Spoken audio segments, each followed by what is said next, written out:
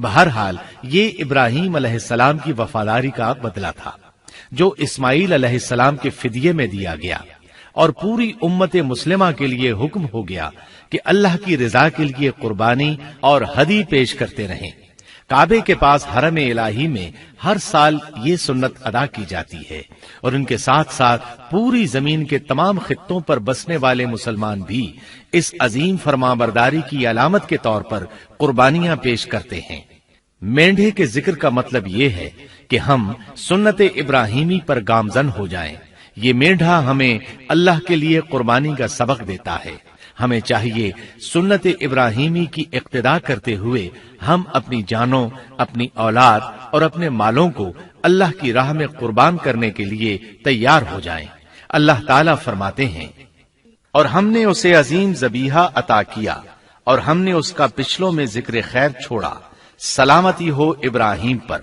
اسی طرح ہی ہم نیکوکاروں کو جزا دیتے ہیں، یقیناً وہ ہمارے مخلص بندوں میں سے تھا۔ اور اسی طرح اللہ فرماتے ہیں، اور ہم نے اسے نیکوکار نبی اسحاق کی ولادت کی خوشخبری سنائی۔ یہ خوشخبری فلسطین کی طرف واپس لوٹنے کے بعد سنائی گئی۔ ایک اکلوتے بیٹے کی قربانی کے لیے تیار ہو جانے کے صلے میں اور سارہ علیہ السلام کی عظمت اور تکریم کے مد نظر اللہ تعالی نے اسحاق کی خوشخبری سنا دی۔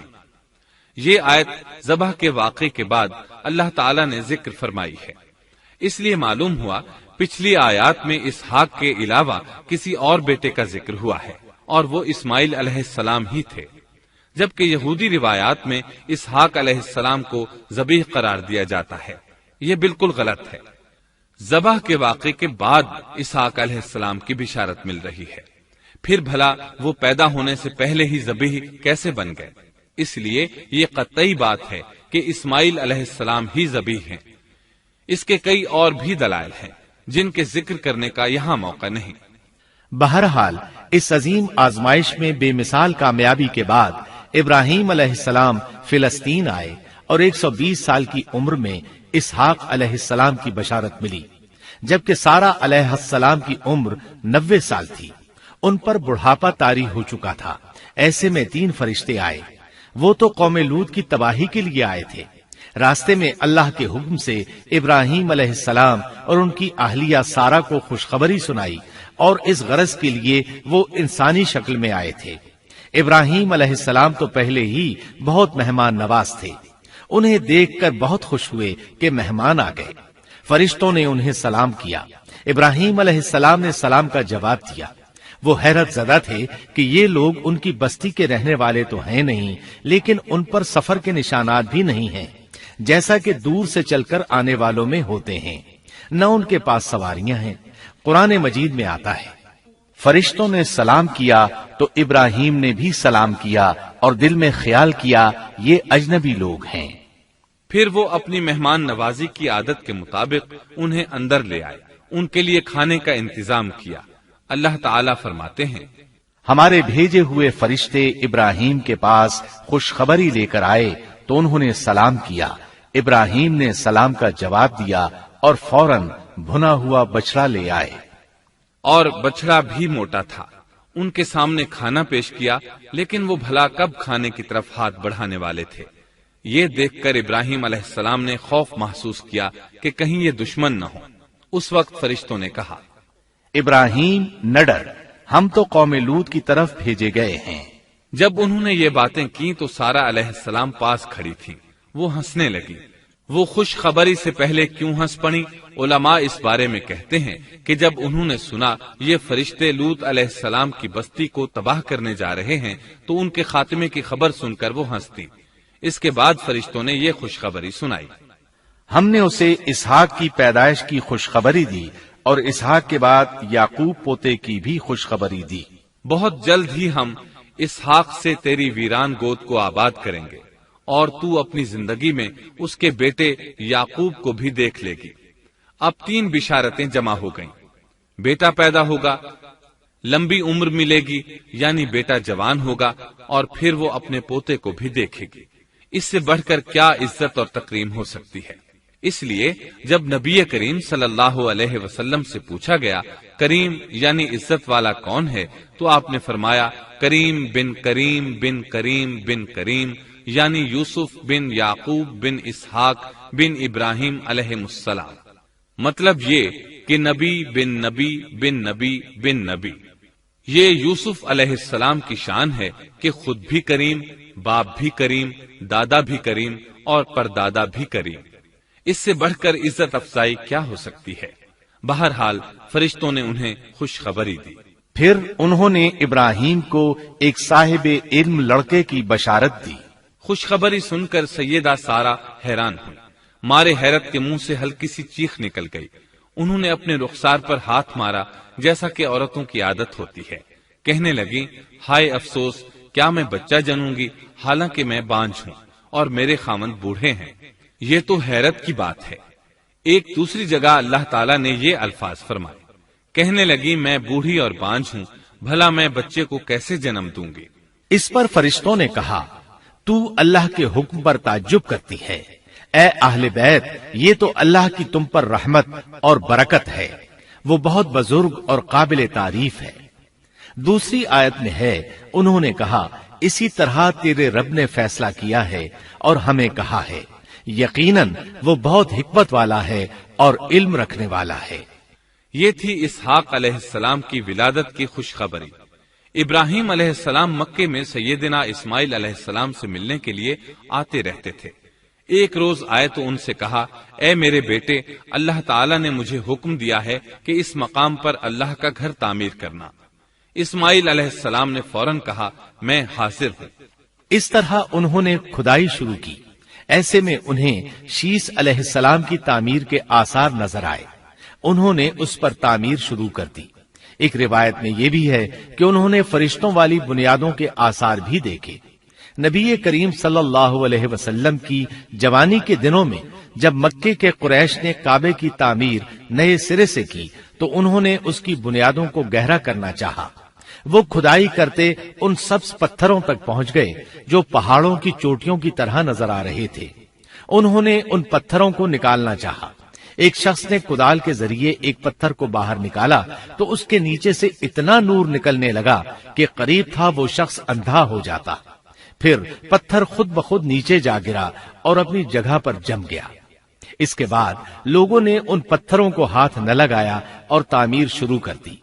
قرآن مجید میں تعمیر کعبہ اور بیت اللہ کا تذکرہ اس طرح آیا ہے، اور جب ہم نے بیت اللہ کے مکان میں ابراہیم کو جگہ دی اور فرمایا کہ میرے ساتھ شرک نہ کرنا اور میرے گھر کو طواف، قیام اور رکوع و سجود کرنے والوں کے لیے پاک رکھنا، اور فرمایا بے شک لوگوں کے لیے جو پہلا گھر تعمیر کیا گیا ہے وہ مکہ میں ہے، وہ جہان والوں کے لیے برکت اور ہدایت کا ذریعہ ہے، اس میں واضح نشانیاں ہیں، مثلا مقام ابراہیم، تو جو کوئی حرم میں داخل ہوگا وہ امن میں آ جائے گا۔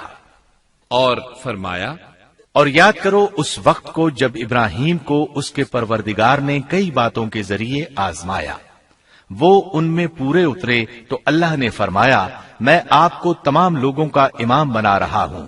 ابراہیم نے کہا اے میرے رب، میری اولاد میں سے بھی امام بنائیے۔ جواب میں اللہ نے فرمایا میرا امامت کا وعدہ ظالم لوگوں کے لیے نہیں ہے۔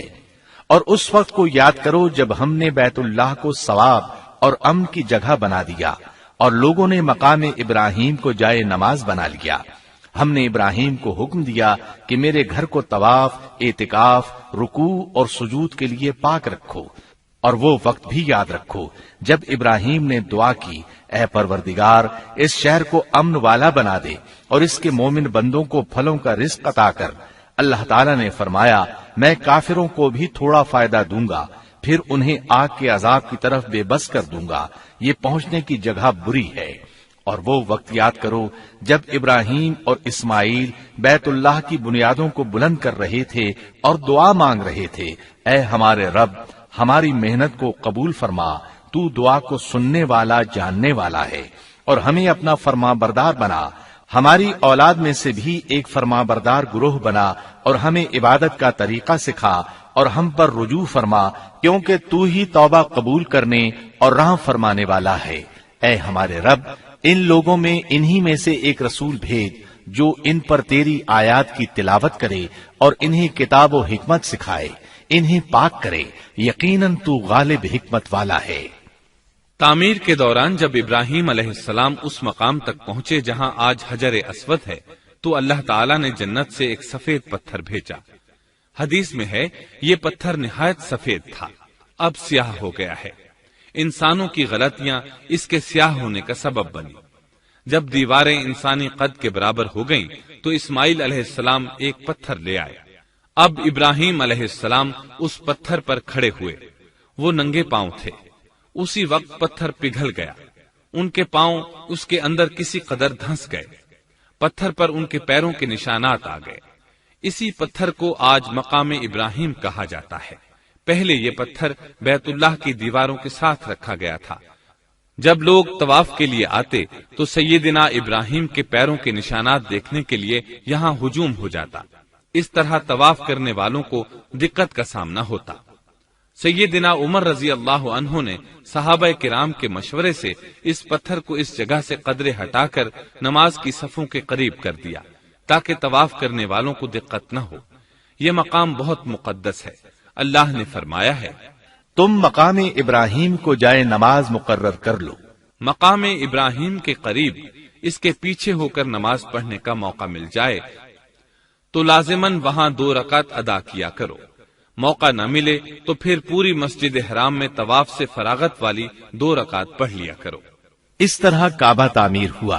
تب نیا حکم آیا، لوگوں میں جو استطاعت رکھے اس پر اللہ کے لیے حج بیت اللہ فرض ہے، اور جو شخص جان بوجھ کر اعراض کرے تو اللہ جہانوں سے بے نیاز ہے اور اسے اس کی کوئی پرواہ نہیں۔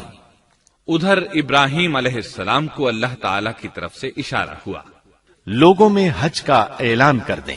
ابراہیم علیہ السلام کہنے لگے، اللہ میری آواز بھلا کس کس تک پہنچے گی؟ جواب آیا، آپ کے ذمے آواز لگانا ہے، پہنچانا ہمارا کام ہے۔ چنانچہ آپ عرفات کے ایک پہاڑ پر چڑھے اور آواز لگائی، لوگو بیت الحرام کا حج کرو۔ اللہ تعالیٰ نے معجزانہ طور پر یہ آواز تمام انسانوں تک پہنچا دی، خواہ وہ پیدا ہوئے تھے یا نہیں۔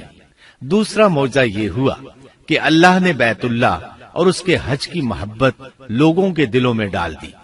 اللہ نے فرمایا، اور آپ لوگوں میں حج کا اعلان کر دیں، وہ آپ کی طرف پیدل بھی آئیں گے اور دبلے پتلے اونٹوں پر بھی دور دور سے آئیں گے۔ اس طرح لوگ پیدل اور سوار ہو کر کثرت سے حج کے لیے آنے لگے اور یہ ویران علاقہ آباد ہونے لگا۔ یہ تھے حالات اور واقعات ابراہیم علیہ السلام کے۔ آپ نے 175 سال کی عمر میں وفات پائی۔ آپ سے پہلے سیدہ ہاجرہ علیہ السلام نے وفات پائی اور ان کی وفات سے کچھ ہی عرصہ بعد سیدہ سارہ علیہ السلام 127 سال کی عمر میں فوت ہو گئیں۔ ان دونوں کی وفات کے بعد آپ غمگین رہنے لگے۔ آخر اتنی مدت تک ساتھ رہا تھا۔ آپ خلیل الرحمن تھے، آپ پر صحیفے بھی نازل ہوئے، آپ اللہ کے بے حد شکر گزار تھے۔